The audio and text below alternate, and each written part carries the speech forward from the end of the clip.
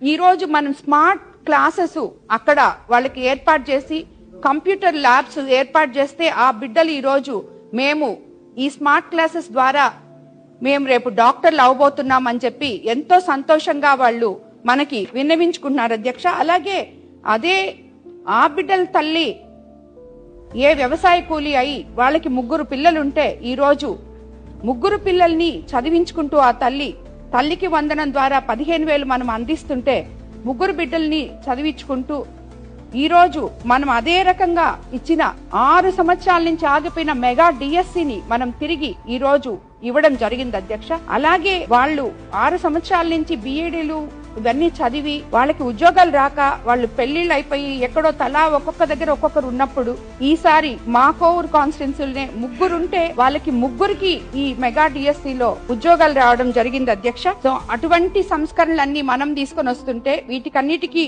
ఎట్లా అడ్డుకట్టలు వేయాలి అని ప్రతిపక్ష నాయకులు ఆలోచిస్తున్నారు అధ్యక్ష. అలాగే మెగా డిఎస్సి నోటిఫికేషన్ వచ్చిన రోజు వాళ్ళ ముఖాల్లో మనం కల్పించిన వాళ్ళ కళ్ళలో చూసిన ఆనందం అంతా ఇంత కాదు అధ్యక్ష. ఇప్పుడు ఆమె ప్రభుత్వ పాఠశాలలో టీచర్ గా పనిచేస్తూ పిల్లలకు బోధిస్తున్నారు అధ్యక్ష. వాళ్ళందరూ ఈ మెగా డిఎస్సి ఇచ్చిన మాట నిలబెట్టుకున్నాం. మెగా డిఎస్సి ద్వారా 16,347 పోస్టులు నోటిఫై చేశాం అధ్యక్ష. 15,941 పోస్టులు భర్తీ చేశాం. 150 రోజుల్లో పారదర్శకంగా పూర్తి చేయడం జరిగింది.